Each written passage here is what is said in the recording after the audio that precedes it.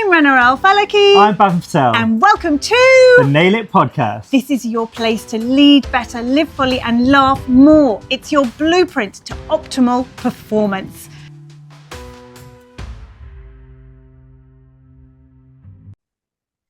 Hello, and welcome to another episode of the Nail It Podcast, your place to lead better, live fully, laugh more. And laugh more. Yeah. Although Bavin tells me apparently we need to do a lot more laughter and suggested we turn this podcast into a joke show, to which I firmly said was not quite the way we wanted to take it. Not a joke show. I thought it would be nice to ask people what their favourite joke is, or their dad joke or something. It's just something to bring humour, right?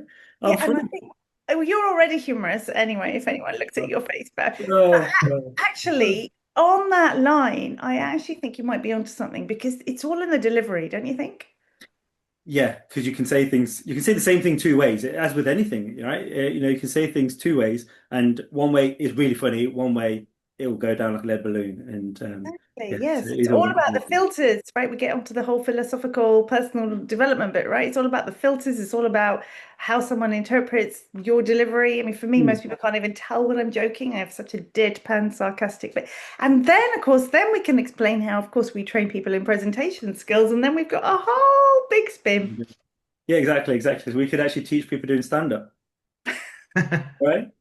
We could go into that. That's great. I have a few friends who have done just that and do that. Actually, they're like dying to join our team. So who knows?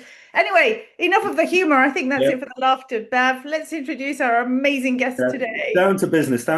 Right. I'm really excited to speak to Ben Atkins, Dr. Ben Atkins, I should say, who's a previous owner of Dental Group. He's past president of Oral Health Foundation. He's advisor to NICE. And he's also the head judge of the Dentistry and BDIA Awards. So welcome, Ben. Hey guys, are you well? Good, thank you. Good. The sun's out. We're good. We're happy. We are amazing and so thrilled to have you with all of those incredible accolades. Do you know what? That wasn't even half of it. He was so modest. He only told us we had to get these out of him. So I'm sure there's more to find out about Ben. I know. We said, how should we introduce you? And he just said, oh, just Ben. Just Ben. We added the rest. Having said that, they're all labeled, aren't they? So it's not really who Ben is, which actually is very much in line with our philosophy, right? It's like, forget the labels, forget the accolades. Who are you at your core? So Ben, we're going to get onto that. But first of all, it is the Nail It Podcast. So we are going to ask you, what is your favorite quote and why? So I don't really like quotes. I'm not very bright. I can't remember them. It's always my better half is amazing at that sort of thing. So my words are, how do you eat an elephant? And you eat it one bite at a time. And I love that phrasing, because dentistry, I'll talk teeth, is so scary. You know, big cases. But actually, if you do one little filling at a time, we can all do that. Just planning. And also, I talk to my children about, if you're scared, it's 1 foot at a time. It's one journey. How do you start? How do you do a long journey? One step at a time. And actually, the more I've worked with it is enjoying that mouthful, because the journey itself is the key thing, rather than actually getting to the end of the tail, and the tail's a bit chewy. So, I think it's really important to enjoy every step of the planning, the journey, and almost the destination is almost disappointment, because I think it's enjoying and celebration. So I think it's that one bite at a time. And I think we make ourselves too complicated sometimes. And just taking a step back to enjoy where you are it's a lovely sunny day, isn't it? Right now, I think it's we've got to celebrate that. Yeah, you know what? I just thought he's bought into Nail It completely, isn't he, Bav? Because I did read the website, so I did make an effort. And you got to read the book. You got to read the book now. But you've got to send me one. I need a signed one. So that's good. But that is very much the whole philosophy about optimal performance. And actually, it's one of the analogies that I use actually at the start of the book, where I just say, look, and I make the case for why high performance and low performance actually lead to burnout. And I talk about all these different pathways. But I mean, I love hiking, so I use that analogy of step by step. And you can like race to the top and you think, wow, I got there first. This is amazing. Definitely we see that with high performing professionals, particularly in dentistry. And then you get there, you look at the view, look at your watch. Okay, what's the next thing? Short attention span. You're exhausted and you just rush down onto the next thing, right? So you don't, and like you said, the destination when you finally arrive is sometimes a disappointment. Versus you get up there, you take one step at a time, you enjoy all the nuances as you go, the conversations you might have with people, the views that you get to see, just a little bit of mindfulness practice and awareness of yourself and your body and where you are, and all these time for all these ideas to come in. And then you get to the top and you savor it, right? You celebrate. You celebrated every step. And then you celebrate that. And then on your way down, you go down with all of the reflections, what you could do better, what could be even better next time, and you enjoy it and savor the memory, which is optimal performance, turning yourself into this rechargeable energy source where you might reach the peak, but then you don't go down. You keep on going and keep on excelling and keep on enjoying. So it was definitely a scroll stopper, that phrase. So There's, how do you eat an elephant? Is that Yeah, that's what you said, right? Love that. there's also an element of not being overwhelmed at the beginning, right? Because you've got this big elephant. How are you going to eat it? yeah, exactly. So it's actually going right back to the beginning, and like I say, and again, a lot of our past guests have touched upon this is just getting started, Yeah. right? Just doing it. It's never going to be a perfect time. Just getting started, and getting started is taking those little steps, and little steps lead to progress. Yeah. And so, yeah, exactly. Say it's also enjoying the journey as you go along because you're going to get little chewy bits, you're going to get really nice juicy bits, and then you're going to get bits that you do not want to do. And it's going those ups and downs of life. And as I say, when you get to the tail, it may not be what you actually intended in the first place, but you got it done. And there's always the you got to eat your frog first, isn't there? You eat the tail, start with the tail. So you know the typical bit. So it's finding out, and it's what's your frog of the day. So, but it's I Yeah, think like that. we take ourselves, and we should take ourselves seriously. But there's a lot of delight in it, what we do in the Mm. journeys, the celebrations of the team, and actually having that, making sure you've got 15 minutes in the day just to celebrate your team and pop Yeah. round and chat. Are you okay? And actually mean it, not just go, are you okay? Oh yeah, oh all right. You see, they're thinking, I'm having a nervous breakdown here, but I'm just gonna say it. It's nice to Mm. say no, I'm not okay, and it's refreshing. So, but it's creation of capacity is key, and I think that you don't have to eat the elephant in one all at once. Yeah. And that's definitely what we see when we think about trust and Yeah, the need for trust. And I recently had an article published in Entrepreneur magazine talking about the real ROI of busyness as yeah, opposed to business. yeah, And this particularly obviously applies to small business owners. It particularly applies to the industry of dentistry, where everybody is too busy. And from what I see, still, this whole idea of personal development, leadership, and growth is still quite new. It's considered a nice to have, but not essential in dentistry, without them really realizing, well, actually, if you had that much more time in the day, if you took time to talk to your nurse or your receptionist or check Mm. in, how much more would they do for you? How much more would your day be streamlined? How much more then clinical work could you do? And then we get to the how much more money could you earn? Because that's where people seem to think that dentists want to get to. It's definitely one of those, what do you really want? And a lot of them will say money, but then when we peel the layers back, it's like, but what do why do you want the money? And ultimately it's they want freedom, right? They want freedom, they want work-life balance, they want to work less, but not substitute their income. And it's like, okay, well, how are we going to get it? You're not going to get it by going to another clinical course. You're actually going to get it by investing in the people around you, right? Well, in yourself and the people around you. Mm. absolutely. We was one of the things we do is we're skiing with the Spinal Injury Association, teaching people to ski with. And I was laughing to a couple of my friends are there's entrepreneurs and they're not in dentistry. They are so far. You realize you sort of go in. It's like an onion. You go to the next. There's always someone bigger. But the guy said sitting down and just chatting to people is absolutely critical in all what they do. You almost the higher you get you got the tree, the more important it is to talk to people. I was with one of the chief execs of one of the corporates yesterday, actually, and he said his job is performance. I am on stage, I am talking to people, and it might be visiting a practice, but the the part-time dentist doesn't come in, blah blah blah blah. He didn't speak to me. Do you know is that? And it's actually just that conversation can maintain that member of staff for 30 years. You know, you affect people as a leader and as a dentist and the therapist and the team, and it's just so Mm. important to be put that into part of the dental health team that working with with our patients. Is the patients included in that? Yeah, very much. Exactly as Renee says, though, a small thing can lead to a big thing and lead Always. to a snowball. So nipping things in the bud early, because like I say, the person that you're speaking to, they may just have a very small issue which can be really easily resolved, but they don't voice it. And when they Yeah. don't voice it, it snowballs, just as with any relationship. And there's a certain amount you take before you blow. And We had in clinic, every single one of my members of staff had a reflection form to fill out at the end of the day. It took so long to get break that. It's not a tick list. It's not a tick list of tick, tick, tick, tick. Everything's done. There was a tick list for the function of have you cleaned the aspirator, but what you're struggling with, what do we need to do? And then that would feed up to my manager. They'd have to collate it all, and that would come up to the area manager. And but my job was to feed back at the end. And often we don't do that as a leader. That well done, or thanks for bringing that up. One of the big things that one of my cadets, one of my cadets, my apprentices said, "Ben, why do we call it a scale and polish for the private ones? You know, the aesthetical stuff." I said, "It's a private stain removal." And so we sat down and we changed the whole name of the whole product for this 16-year-old dental nurse who just didn't get it. And at the end of it, she owned that. She owned that was her change. Faye, she just blew me away. And I'm just like, right, fine. She eventually became a manager and but it was that little step along the way. It was her first bite at telling me I was wrong. And she did a lot of that in the end, but that was good. but And it's great that she could do how do that. you take that?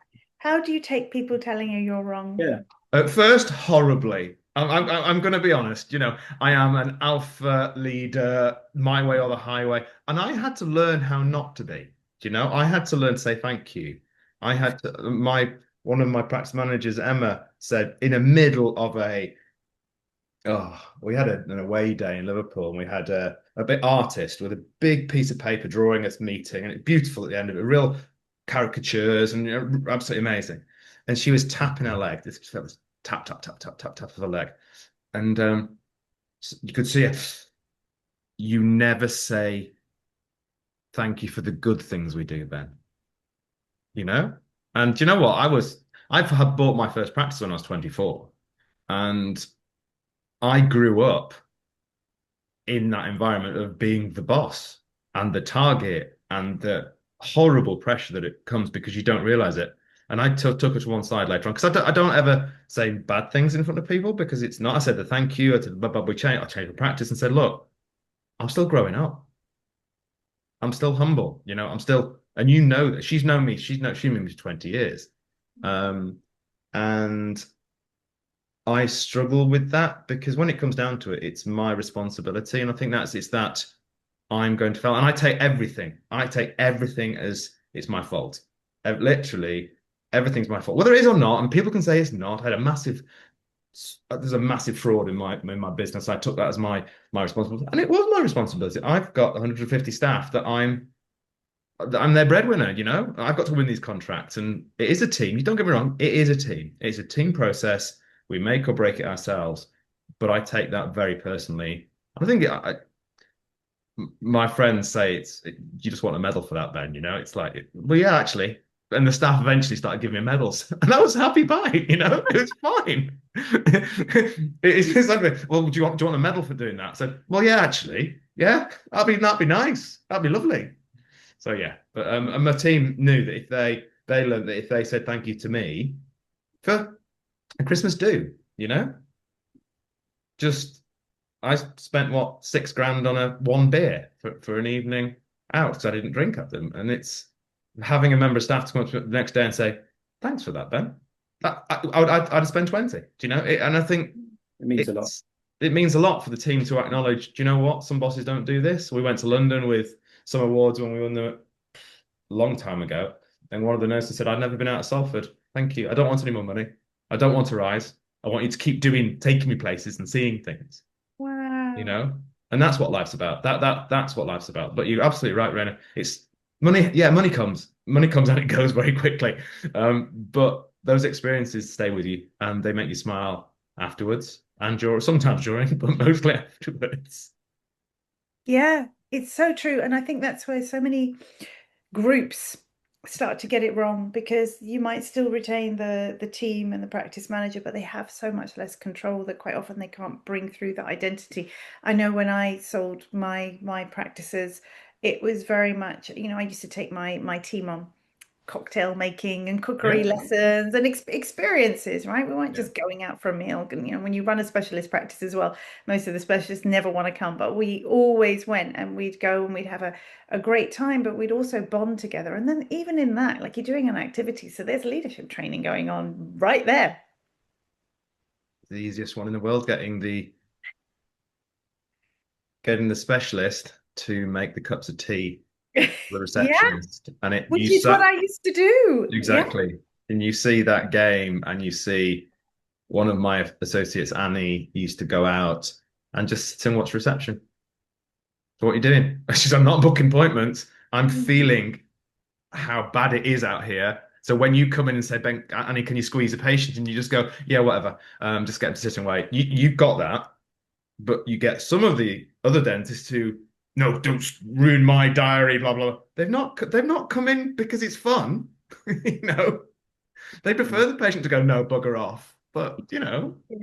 Yeah. Yes, it's so many little leadership lessons yeah. and little tweaks and behavior, and especially what you said about people saying thank you. Again, it's one of those things we take for granted, but again, I write it in the book, and I talk it because one of the elements of the Nail It system is about appreciation, self-appreciation, and appreciation and gratitude. So it's in the T, it's intangibility, it's, how do you actually make Mhm. things happen, and that's about kind of solidifying the steps that you were talking about. And I talk about the actual correct way to say thank you, and it's Yes. not just two words. It's to show your appreciation is a case of, so I might say to you, Ben, thank you so much. Well, thank you so much. And then for what? For coming onto our podcast.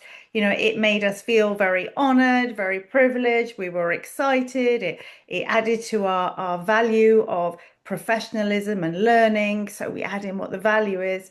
And then we might then add the kind of the final gratitude and thank you. So it's about the action, how it made us feel, and the value that it allowed us to grow, rather than just a It, word. it's a similar way that you do someone as I think there's a different term for it in a disciplinary type journey. This is the positive. This is how it's made me feel because people can't negotiate that. There's no negotiation because this is Yeah. me, That's you know? you. And I think it's a lovely, you can use it for both areas. It's a really lovely tool to, I think, a certain sandwich, isn't it? If it's, Sandwich technique, yeah. yeah, The good, the bad, then good the at the good, the end. bad, the ugly. No, but the good, the bad, Yeah. and the good at the end, the Yeah, action at the end good of at it. the end, And I yeah. think it's something to really work on as yourself to do that. When you start using those techniques, like in your book, it's that ability to explain why and say why you're grateful. Mm. Because people take that and they do it again because they've made you rather just, oh yeah, thanks. Yeah. Or what? Yeah. Exactly. And so the majority of people in the dental industry have that element of people pleasing, so they'll seek that gratification Yeah. even more. But you're so right. With you being the boss, most people forget to thank you. They just take it for granted that you were the provider. And I love that they start by buying you medals. That's amazing. Yeah. The little badges, and that's it. Job done. But So if want to ride, not a problem. Here's your badge, Ben. Thank you. how many did you end up with? Because Oh, just three. your No. micro group was your micro group was 11 practices. Oh, there's 11 different services, so it's a bit niche. We had a out of hours service for about 3.8 million people's toothaches at the weekend. So if you had a toothache in Merseyside, Cheshire, and a lot of Greater Manchester, you saw one of my clinicians. I know we had a telephone service. I didn't meet a lot of my staff. I didn't.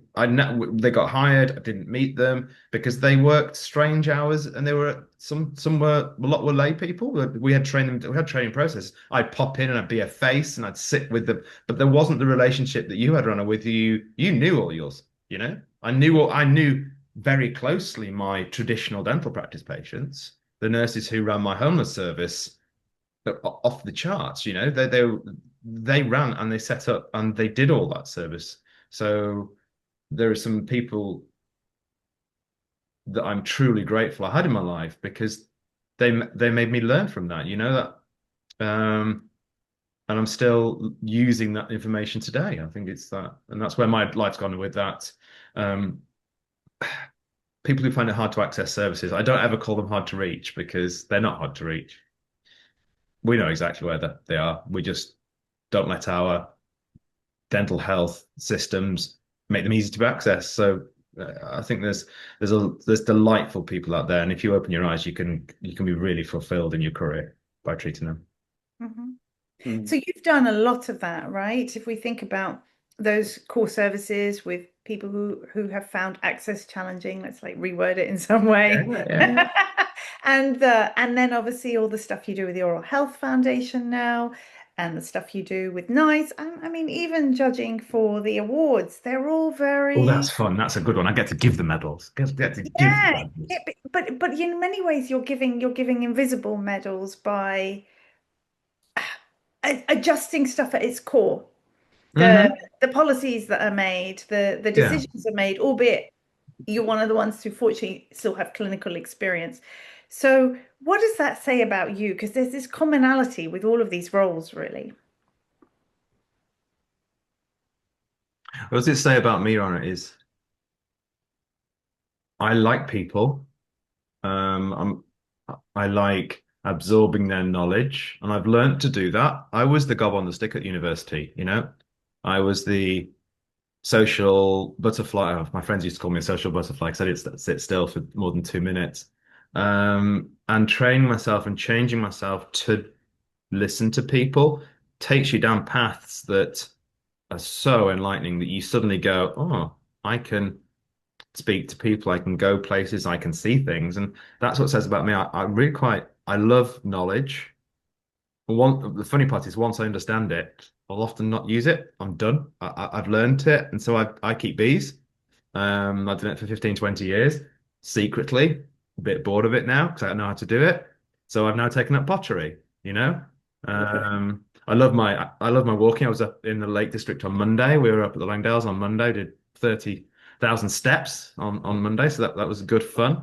And it's that I like my key thing is just keep learning.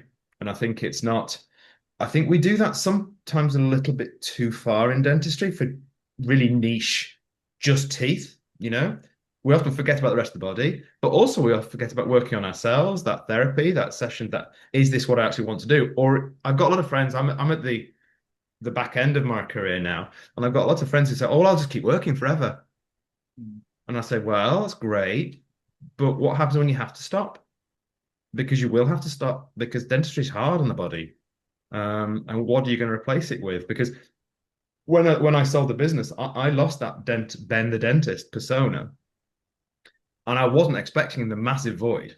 That dentistry is very cathartic with that start finish. It's that climbing yoga-esque. I've got my brain on that marginal ridge, so everything else goes out of my head.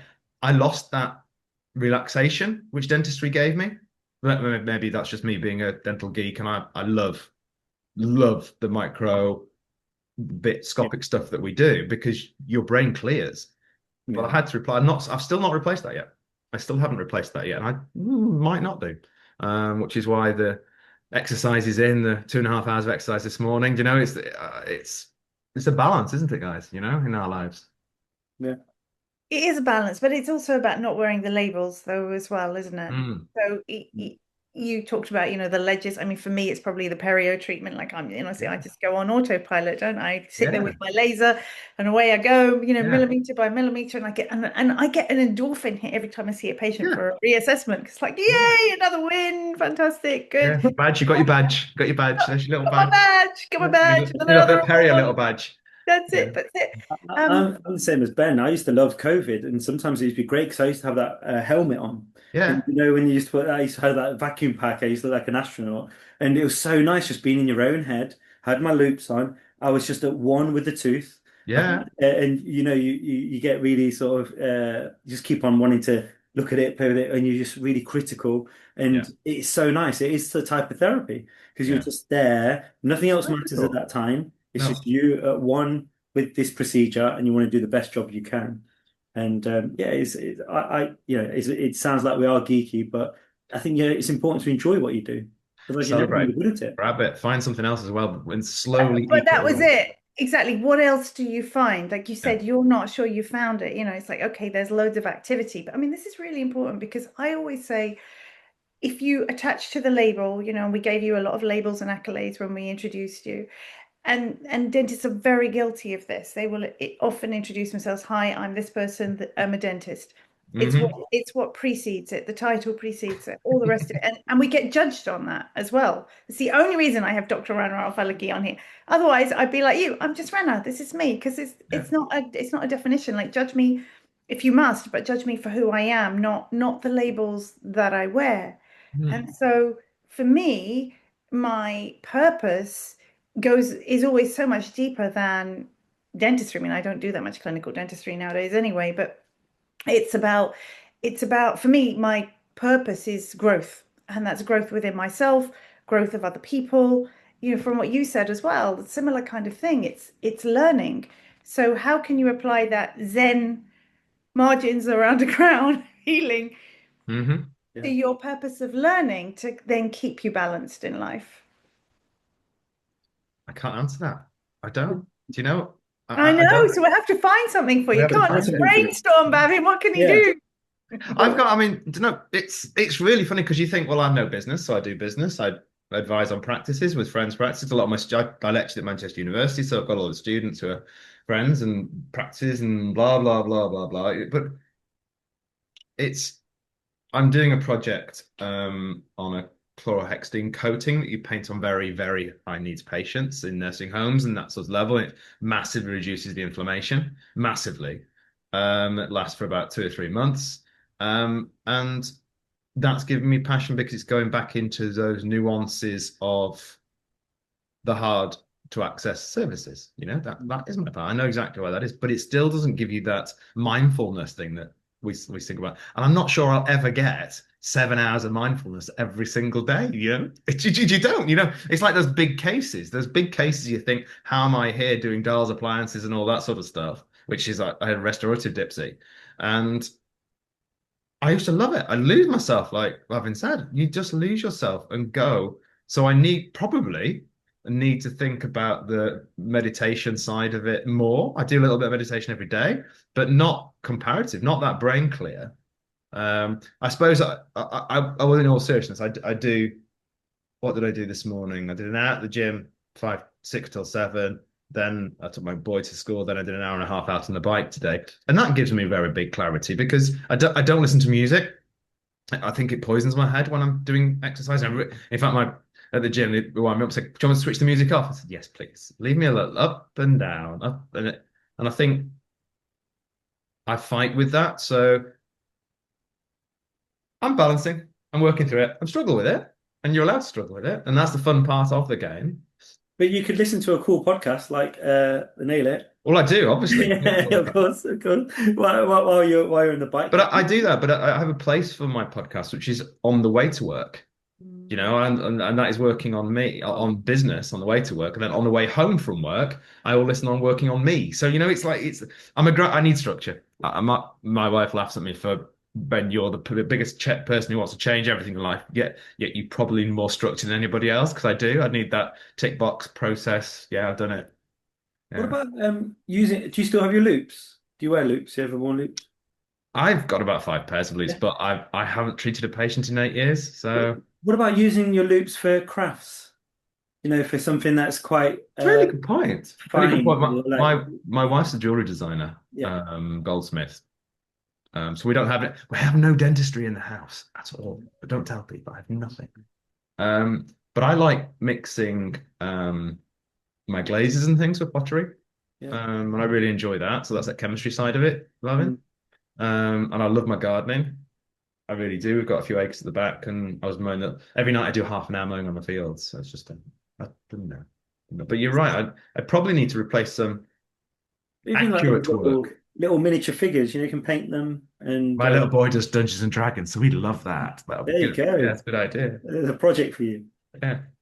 Oh, you see, that's so funny. So for me, like just thinking about that zone out, I can do that all the time because I think whenever I get into flow and I have big tasks to do, I'm concentrating, but I'm in flow state as well. So Hmm. it's that highly inspired, intuitive state the whole time. So Yeah. I get the same feeling if I'm exercising, if I'm hiking, if I'm dancing, if I'm writing, if I'm doing something clinical, if I'm cooking. I could quite easily, if I'm not having a conversation with someone, I'm just fine. I'm always in that zone. Well, you're lucky. That's a really good skill to do. It is. It is. To work on. It's being in your own head, isn't it? That's what it's Yeah. about. It's being comfortable in your own head. Yeah. Mm. Whereas I'm such a, so, as I say, social butterfly, out with everybody. I would just be out all the time if I could. But there's, I don't know, life gets in the way of socializing, doesn't it? But it's hard. So when we think about life and Hmm. balance and this word that you like harmony, don't you, Bavin? And I just like to call it living because not just about work, right? How do you want to live? Work-life And harmony. like, and then you want this richness, and you've just explained like an enormous amount of richness and variation that exists in your life. And you do, you mentor, you clearly mentor a lot of young people and students. So what advice do you give them for that? Because you have clearly had a very fulfilling career, a very varied career, and you've continued to develop it and enjoy it. And then you've got these youngsters coming in, and they might be dentists, they might be, for me, it's young entrepreneurs and business owners. What advice would you give them? If, in fact, what advice would you have given your 24-year-old self? Yeah. I was very lucky because I had a very supportive family. I'm from a state background. I'm not from where my kids go to school now and all that sort of stuff. It's a different beast of a world. Um, I wouldn't. I do a lot of work with some school kids going to do dentistry and stuff, and the challenges they have now. Wow, just to get on the first level to become a student is I wouldn't have had that opportunity to do. Um, so I think understanding, putting the work in, the more you put in, the more you get out. That's the way it is. I just since I if in doubt, do things. It's not about the money. I think money comes, it just comes. Um, but I think you've got to create time. I did a personality index, and my kids were laughing at me the fact that um, it says I have an aversity to delegating. I want to do it all myself. And they just started howling because they want my 15-year-old said, Daddy, but you delegate breathing if you could, you know? And that's a real insight. That's a real insight. Because if I don't want to do it, I will just give somebody else. I've got my PA, my book, I still have my PA from the business that works with me. Joan's 87 and she's amazing, but she doesn't know what I mean. 87. Yeah, she's worked with me for 30 years. But Give her a break. I know. I'll give her a medal. Nothing Yeah. else. You still expect a medal from her, don't Yeah, you? definitely, definitely. Yeah, but he doesn't delegate. She delegates to him by Yeah, the she sound does of that. it. But I like bossy people to tell me what I'm doing. So actually understand what is the important things in your life, what's the right thing, and then focus on that and do it really, really, really well, better than anybody else. Feel very, on one side, very sorry for the young dentists coming through now because there is this noise, this social media avalanche. You've got to do this. You've got to have 50,000 followers. You've got to do that. And actually, the successful dentists, the really successful, in my view, dentists probably aren't even on social media still, even now. They are amazing at what they do. Mm. The good people at social media are good on social medias. That's the way. I don't post. I don't tell people this, but I have someone and does all that sort of stuff. They interview me and we work on it together. And I enjoy that. So my advice for young people coming through is enjoy it. Don't take yourself too seriously. When you're at dental school, be at dental school because it's hard graft to get through those BDS things. And so just enjoy being a student whilst you can because being a grown-up is It's hard overrated. later It's on. overrated, isn't it? It's well overrated, really is. Oh You my sit, goodness. Yeah, you and it's know, not just dentists. I say the same, like my son's at yeah. university now, and I say that for him. It's just like, look, enjoy every moment and make the most of My this time. best people in my life that keep me level and grounded. Not one's a dentist. One did geography, who I went walking with on Monday. The other one does business, who I spoke to yesterday. In fact, texted the other guy who's a pilot in the Navy, and I've got such a close-knit group of friends. They're my core. They are good for my soul. Oh my God. And they don't mention dentistry once. Not one lip. And one the other day said, Ben, you're quite a big deal in dentistry. We should give you some Credit. respect. And I just sat there and thought, Matt, you haven't, that's the first time in 30 years you've talked about teeth. He's Yeah. never, none of them, not even a will you whiten my teeth or anything like that. He's like, nah, not giving you any and doing anything with you. I said, well, I don't want you to. I've got that Yeah. elsewhere. And I I sort of always think, get upset, yeah, always get upset if a friend then asks me something dental. I'm like, oh, really? Do we really really, have to go there? There's so yeah. many more interesting things. So on interesting things, we're nearly at the end of our time. So Mm. we're back on to nail it because you've talked a lot about you've touched on work-life balance, you've talked about opportunity, learning, growth, purpose, labels, gratitude. And of course, all of that is within the system. So, of those 6 pillars we asked you to review, which of those 6 pillars for you resonates the most? For me, it's the gratitude for everything you do. Be grateful for everything. It's Mm. just getting to university and be grateful to be there. Grateful for your patients. Grateful. But if you're grateful, people respect you. Say thank you. Speak to them. They've got more knowledge to listen to than I will ever have. I'm not that bright, so you know. And it's just be grateful, and it's life's good. Be grateful for what you got.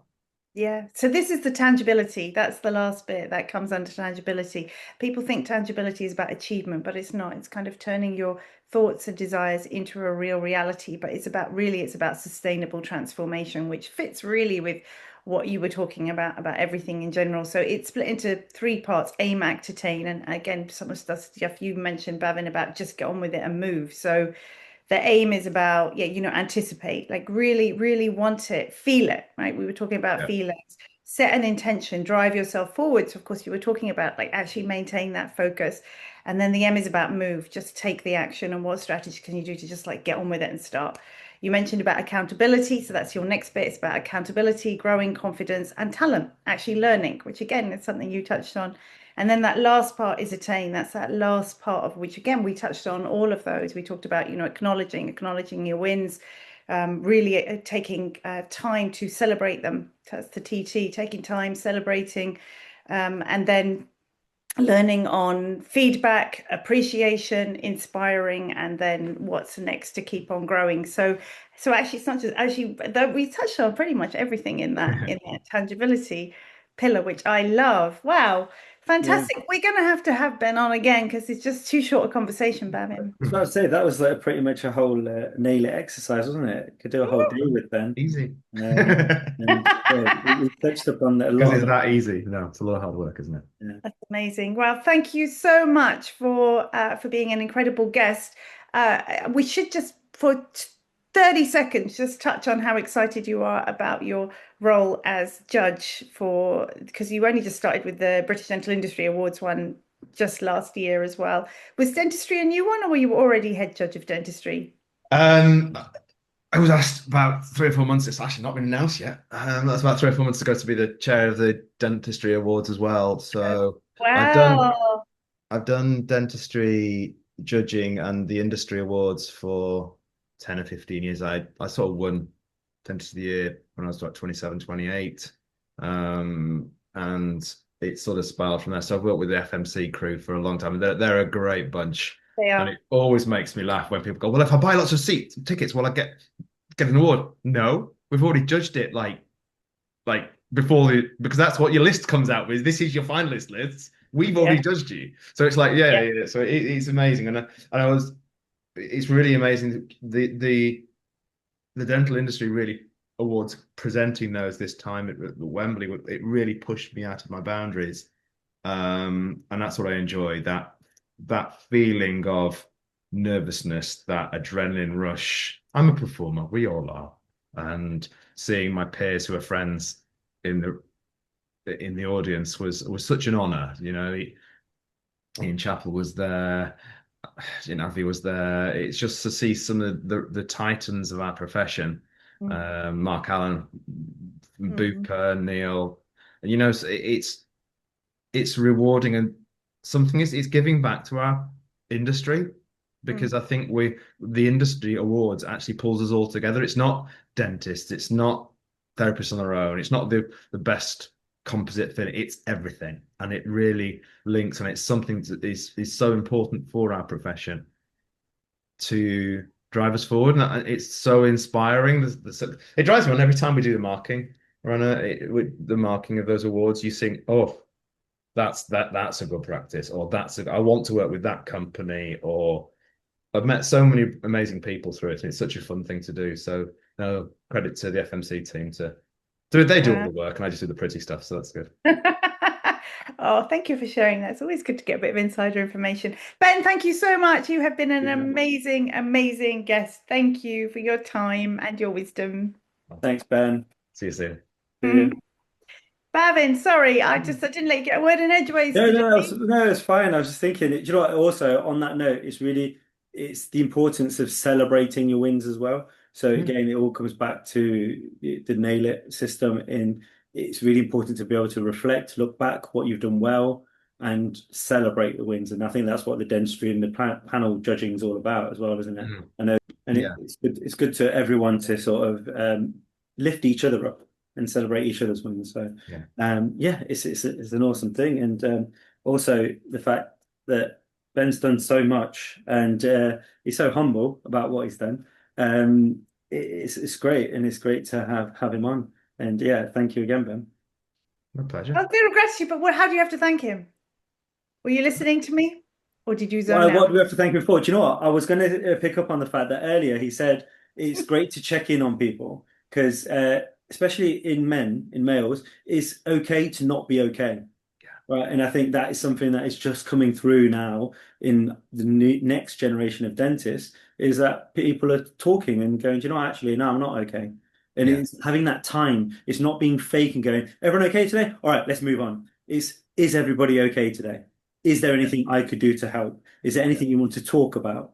Is there anything that's going to affect your potential of seeing patients and treating patients and starting with staff? And it's actually having that time as a leader to go and speak to people and actually genuinely be interested in them. It's the same conversations we have with patients as well. It's like you come in and you go, okay. And you know, some patients, they will literally just spill everything out on you. And the reason they've come is to talk to somebody. Yeah. And you end up being a counselor as opposed to a dentist a lot of the time, because we are very few people that people see often that aren't their own family or friends or close units, especially as the older people they get a lot more isolated. So it's good having that conversation and the wellness of it's okay to not be okay, and talk about it to people. So powerful, Bhavin. And of course, that's why nail it and breathe, and that's why I brought it all back into dentistry instead of the business world, right? For exactly that, to realize that more than anything, it's definitely a profession that needs that, and to get rid of the labels and be prepared to show some vulnerability. So on that note, thank you so much for everybody for listening. Please do share, please hit the subscribe button, tell everybody about us, and I think that's the best line: celebrate, and it's okay not to be okay. So bye-bye. Thanks, bye-bye. Thank you, bye-bye for now. Bye. Thanks for listening to the Nail It podcast. We would love it if you would leave us a 5-star review. And if you'd like to feature as one of our guests, or you're ready to nail it, then check out our events, programs, and educational courses by visiting nailitindentistry.com.